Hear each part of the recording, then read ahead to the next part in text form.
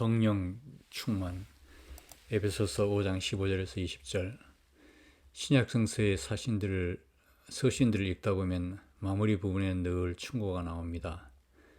이런 충고들은 사람들에게 별로 사랑받는 단락이 못 됩니다. 직접 자기가 성서를 읽는 사람들에게도 그렇지만 더구나 설교자나 설교를 듣는 회중에게는 두말 나위도 없습니다. 어느 누구가 기꺼운 마음으로 충고를 듣고 싶어 하겠습니까? 따라서 이 충고 부분을 해석하려면 갑절의 수고를 드려야 합니다. 보통 충고라는 말에는 도덕적으로 편협한 게 아닌가 하는 의혹이 아주 쉽게 따라붙기 때문입니다. 그러나 오늘 우리가 함께 관심을 기울여야 할 본문 말씀에는 이런 것과는 전혀 다른, 그리고 아주 거리가 먼 특징이 있습니다. 여기서 우리가 술, 포도주라는 단어에만 귀를 기울일 필요는 없습니다. 그것을 즐기는 일이 금지되지만은 않았으니까요. 오늘 본문은 세부적인 문제들을 언급하기 전에 완전히 일반적인 차원에서 기독교적인 삶의 기본 성격을 묘사하고 있습니다. 우리가 오늘 이렇게 본문 말씀의 큰 틀과 일반적인 시각에서 설교를 시작하는 이유는 우선 여기에 등장하는 단어들 중에서 시간적으로 제한받는 것들을 핵심적인 것으로 다루면 안 되기 때문입니다. 사도들의 여러 가르침들은 우리 시대의 경험으로서 적지 않게 떨어져 있습니다. 예를 들자면 여자들은 예배드릴 때 베일을 써야 한다는 바울의 지침 같은 것들입니다. 고린도전서 11장 13절이야. 오늘 본문에 묘사되어 있듯이 기독교적인 삶이 유별난 이상을 세워나가는 게 아니라 평범하게 인간적인 것들을, 참된 인간적인 삶들을 생생히 그려나간다는 사실도 우리가 함께 읽은 본문의 거시적인 틀에 속합니다. 이것을 한마디로 요약하자면 지혜로움이라 할 수 있습니다. 이 지혜로움은 무언가 이론적인 것들만이 아니라 실천적인 삶들도 매우 중요하게 취급됩니다. 지혜로움은 삶의 예술입니다. 우리는 이것을 두 가지 각도에서 명확하게 풀어보고자 합니다. 우선적으로 우리는 오늘의 본문이 과연 어디에 삶의 예술이 내재해 있는지를 귀뜸해주고 있는지 아닌지 꼼꼼하게 살펴보겠습니다. 그 다음에는 그 삶의 예술이 어떻게 가능한지에 대한 질문을 따라가겠습니다. 지혜로움은 무엇보다도 깨어있는 삶을 가리킵니다. 자신이 말하는 대로 자기의 삶을 끌어가는 것입니다. 그래서 오늘 본문에서 바울은 이렇게 말합니다. 당신들이 어떻게 행동하는가를 눈여겨보십시오. 염려와 일상의 반복 혹은 필요한 것을 손에 넣으려고 안간힘을 쓰는 것은 지혜가 아닙니다. 또한 피상적인 오락이나 즐기면서 매일의 짐을 벗어버리는 것도 지혜가 아닙니다. 지혜는 어떤 순간을 포착하는 것이며 오늘 편지의 발신자가 말하듯이 세월을 아끼는 것입니다. 이 표현은 마치 기경 같은 어법으로 우리의 일상생활 속에 들어와 있습니다. 세월을 아낀다는 것은 살아가는 시대에 살아가는 것에서 마이스터가 된다는 것입니다. 따라서 삶의 마이스터가 되는 걸 배우는 사람만이 완전한 의미에서 살아있다고 말할 수 있습니다. 물론 삶을 마음먹은 대로 다룰 수 있는 마이스터가 되기는 그렇게 말처럼 쉽지 않습니다. 왜냐하면 이미 바울이 그 당시에 말했듯이 세월이 악하기 때문입니다. 이 말의 의미는 오늘에 이르기까지 별로 달라지지 않았습니다. 이것은 베르톨트 브레이트가 말한 것처럼 인간 사이에 여상하지 않는 관계들을 의미합니다. 이런 관계들은 인간성이 별 문제 없이 온전해질 수 있도록 그냥 놓아두지를 않습니다. 이것은 인간다움이 인간의 삶을 끌어갈 수 있게 해야 할, 그러나 실제로는 항상 그 길을 방해하고 있는 정치, 사회적 같은 거대한 차원에서만 타당한 게 아닙니다. 이것은 우리 일상에서도 유의합니다. 이는 곧 우리로 하여금 본질적인 것과 옳은 순간을 아주 쉽게 포착하지 못하게 만드는 현대적 삶의 조급증을 말합니다. 바로 이런 이유 때문에 정신을 차리고 산다는 것은 우리에게 허락된 한 해 한 해를 잡담으로 헛송하지 않고 또한 우리 인생을 염려와 근심에 억눌려서 파송당하지 않게 한다는 뜻입니다. 이래야만 우리는 적절한 순간에 정의를 실천하고 매 순간에 완전히 충실함으로써 삶을 성취해 나갈 수 있습니다. 에베소서는 우리에게 그 길을 안내해주고 있습니다. 본문의 목표는 기독교적인 삶을 긍정하는 데 있습니다. 기독교가 본질적으로 세계를 도피한다는 말은 아닙니다. 말은 사실이 아닙니다. 순간을 포착하고 세월을 아껴라는 호소보다 더 강력한 삶을 긍정하는 태도는 그 어디에도 없습니다. 그렇다면 이제 우리로 하여금 매 순간을 바르게 사용할 수 있도록 우리의 의식을 확실하게 잡아주는 것이 무엇인지 알아야 하겠습니다. 우리는 에베소서의 말씀에서 이에 대한 답변을 세 가지로 간추릴 수 있습니다. 첫째, 우리의 삶에서 결정적으로 중요한 게 실제로 무엇인지 확실하게 알아야 합니다. 에베소서는 이렇게 말합니다. 매 순간 주님의 뜻이 무엇인지 알아야 한다고 말입니다. 이는 곧 한편으로 우리를 향한 하나님의 뜻이 우리 삶의 핵심이란 말입니다. 역으로 우리 삶의 핵심이 바로 하나님의 뜻이란 말도 됩니다. 이처럼 우리 삶에 담겨 있어야 할 귀중한 내용이나 그런 과업에 대한 질문은 하나님과 상호적으로 관계되어 있습니다. 오늘의 본문이 주님의 뜻을 언급한다고 해서 그것이 곧 십계명을 상기시키려는 것은 아닙니다. 오히려 하나님의 뜻을 이해하는 것과 그런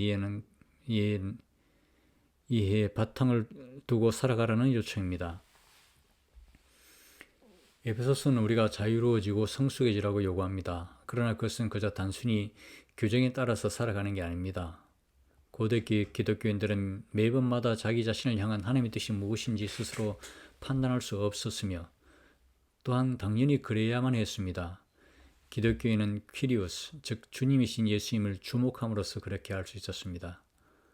우리는 예수님이 우리에게 가르쳐 주신 사랑이 우리가 살아가는 여러 상황에서 무엇을 의미하는지 물어보기만 하면 됩니다. 우리는 우리가 어떤 방식으로 이 세상에 영에 깊숙이 현존할 수 있는지 스스로 판단해야만 합니다. 오늘 본문이 일반적인 차원에서 다루고 있는 이 요구를, 그리고 에베소서가 강론적으로 발전시키고 있는 이 가르침을 저는 이렇게 번역하고 싶습니다. 그리스도를 공경하는 정신으로 서로 복종하십시오. 에베소서 5장 21절. 우리는 이 말씀을 왜곡된 교권을 강화시키는 단서로 사용해서는 안 됩니다. 이 말씀이 요구하는 바는 아주 간단합니다. 피척 안에 그리스도의 영 안에 거하십시오. 우리의 삶에서 결정적으로 중요한 게 무엇인가 하는 질문은 하나님의 뜻을 통해서, 예수 그리스도를 통해서 답변되어야 합니다. 그래야 우리의 삶은 일치를 이루고 그 동질성을 획득할 수 있는 기회를 얻게 됩니다. 그리스도와 하나님에 대한 믿음은 일상의 자질구레한 일로부터 우리를 건져내어 바른 순간을 포착해 가도록 합니다. 둘째, 우리가 정신을 차리고 살아가며 참으로 지혜롭게 살아가야 하는 것이 무엇인가에 대한 질문에 대해서 오늘의 본문은 우리가 앞에서 언급한 바 있는 영, 그리스도의 영, 하나님의 영이라고 대답합니다. 이 영은 우리로 하여금 매사에 무엇이 결정적으로 중요한 것인지 판단할 수 있도록, 즉 주님의 뜻을 이해할 수 있도록 합니다. 이런 의미에서 오늘 우리가 함께 읽은 에베소서 말씀은 우리에게 이렇게 권고합니다. 다른 사람들이 술에 취하여 사는 것처럼 우리 기독교인들은 영으로 충만해져야 한다고 말입니다. 매우 특이하고 실감나는 비유이지요. 영의 충만과 술 취함 사이를 비교하는 말씀입니다. 이 말씀을 무조건 포도주가 영의 충만과 대립된다는 뜻으로 취급하면 위험합니다. 이 비교의 핵심은 술이 아니라 취함 그 사실입니다. 아마 에베소에는 맥주가 없었을 겁니다. 아편이나 환각제 같은 마취제도 분명히 없었을 것입니다. 어찌든지 이것들은 하나님의 영과 공동되는 한 가지 성격이 있습니다. 인간은 누구나 자기 자신을 뛰어넘어 승화되고 싶어 한다는 점입니다. 그렇기는 해도 그 의미는 매우 다릅니다. 아주 즐거운 기분을 들게 한다는 이 마취제들은 과연 포도주나 맥주나 아편 또는 환각제 같은 것들을 통해서 그런 기분을 느낄 수 있는지 어떤지는 잘 모르겠지만 현실과 현재를 망각하게 만듭니다. 오늘 우리의 본문 말씀은 이를 가리켜 방탕이라고 표현합니다. 마취로 인해서 자기를 망각하게 되면 결국 자기의식도 마비되어 버립니다.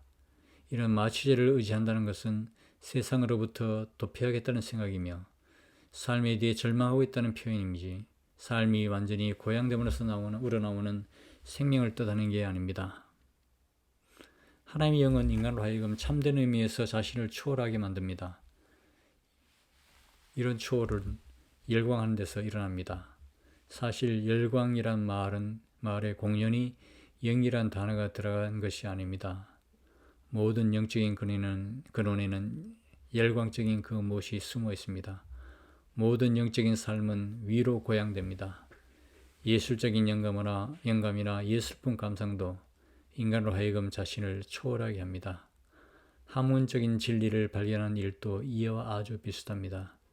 이렇게 고양된 실존을 경험하는 것은 환각을 경험하는 것과 비슷합니다. 그런 정도가 아니라 훨씬 심원한 경험입니다. 그러나 영이 우리를 고양시킨다 해도 우리가 자기 망각에 빠진 일은 없습니다. 오히려 우리 의식은 더 높은 단계에 다다르게 됩니다.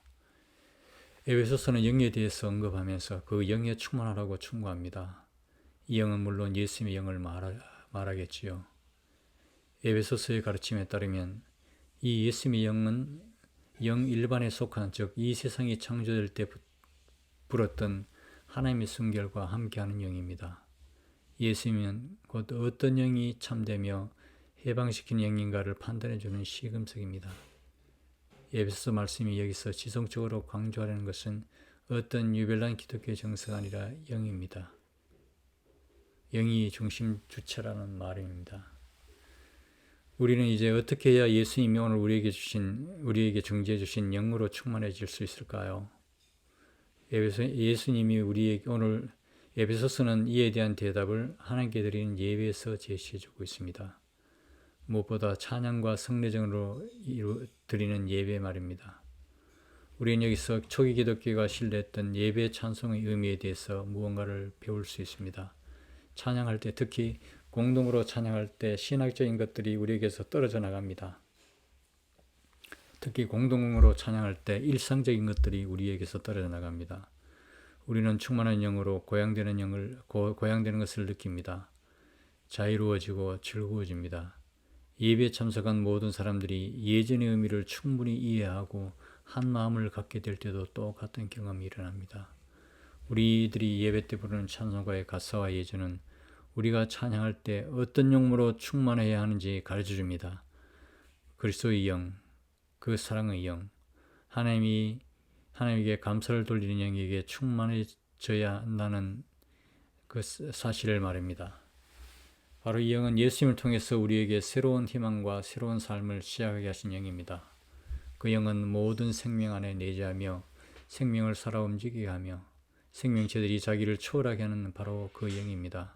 셋째, 오늘 우리의 본문 말씀은 우리가 어떻게 깨어서 살아갈 수 있는가에 대해서 가르치는 게 아니라 그 영이 어떻게 우리 삶에서 활동하고 있는가에 대해서도 가르칩니다.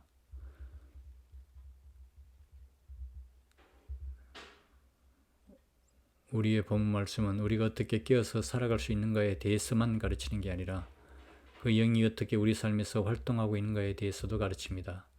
찬양은 틀림없이 우리의 가슴을 충만하게 채워서 하나님께 감사하고 찬양하도록 할 것입니다. 또한 우리를 영으로 충만히 채워서 하나님의 뜻을 따를 수 있도록 맑은 정신으로 올바른 순간을 포착함으로써 온전히 깨어서 살아갈 수 있게 하실 겁니다. 따라서 하나님 아버지를 향한 감사는 분명히 우리가 예배에 참석해서 찬양하는 그 순간을 뛰어넘어 한 주간 전체를 그런 감사함으로 살아가게 할 것입니다. 모든 일에 언제나 하나님 아버지께 감사드리십시오. 에베소서 5장 20절. 모든 것을 감사한다는 것.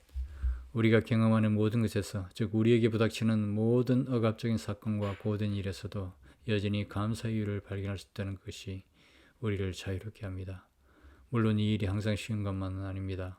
그렇기 때문에 오히려 우리는 일상의 염려와 우리 인생의 온갖 수고에 휩싸여 있을 때 우리를 그런 것에서 해방시키는 영의 활동을 간절히 원하게 됩니다. 우리가 감사하고 찬양한 것을 망각하지만 않는다면 영의 능력이 우리를 내버려두지 않을 겁니다. 감사할 줄 아는 삶은 역시 깨어있는 지혜로운 그리고 영에 충만한 삶이 될 것입니다. 1968년 부활절 후 넷째 주일 노후암